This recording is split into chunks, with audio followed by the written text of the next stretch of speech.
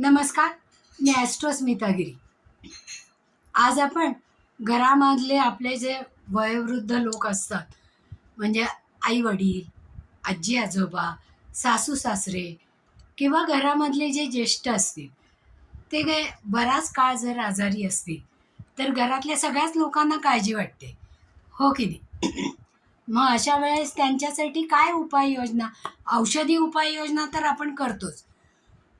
पण त्याचबरोबर ते लवकर बरे व्हावेत याच्यासाठी जर आपल्याला आणखीन काही उपाय करायचे असं वाटलं तर आपण हे उपाय करू शकतो. पहा की कारण आपण देवाकडे सरेंडर होतं की आपल्याला जे प्रिय व्यक्ती असतात त्यांच्या आयुष्यामध्ये काही अडचणी येऊ नये, ते आजारी पडू नये असं आपल्याला सतत वाटत राहतं. पहा मग अशा वेळेस शिवाच्या देवळात जायचं, शंकराच्या, आणि गार पाण्याने एक लोटाभर पाणी आणि एखादं बेलाचं पान शंकरावर व्हायचं.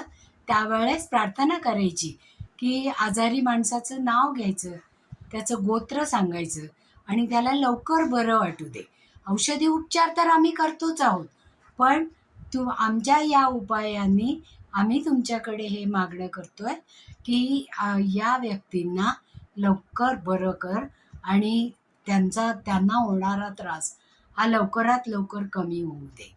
आणि तिथेच बसून जर एक 10 मिनटं शंकराचा जप केला, ओम नमः शिवाय, तर जास्त चांगलं होतं. त्याच्यानंतर हनुमानाच्या देवळात जायचं आणि उजव्या पायावर मध आणि तूप घालायचं की ज्याच्यामुळे त्यांना होणारा त्रास हा कमीत कमी व्हावा आणि ते पटकन आज बरे व्हावे. म्हणून मध आणि तूप हे मारुतीच्या पायावर व्हायचं.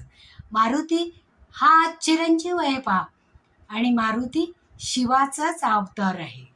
मग या मारुतीला ही उपाययोजना केल्यानंतर जी आजारी व्यक्ती असते तिला होणारा त्रास हा कमी होतो आणि ती लवकरात लवकर आजारपणातून उठते.